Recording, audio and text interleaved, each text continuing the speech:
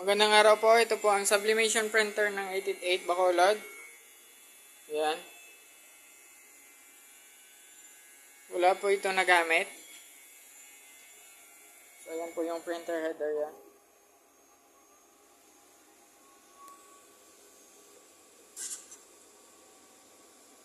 Yan naman po yung capping.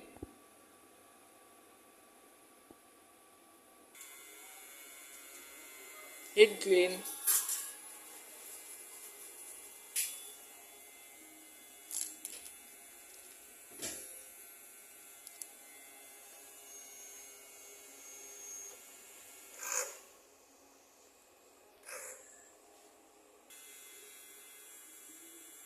After po nating mag-head clean, punasan po natin yung wiper.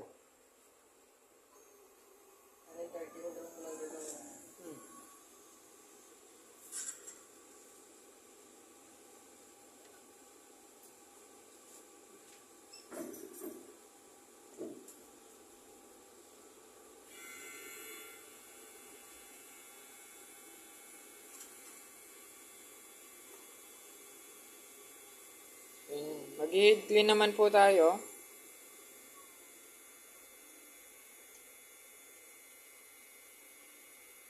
Ay, nozzle check pala. Sorry.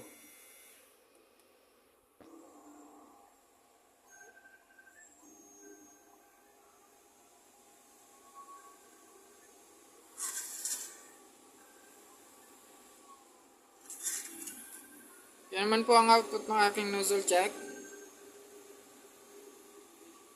Na-update ko naman po yung aking physical inventory sa system.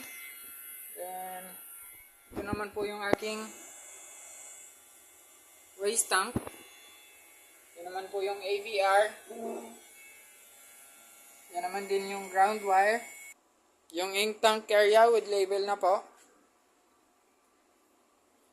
Yun lang po, maraming salamat.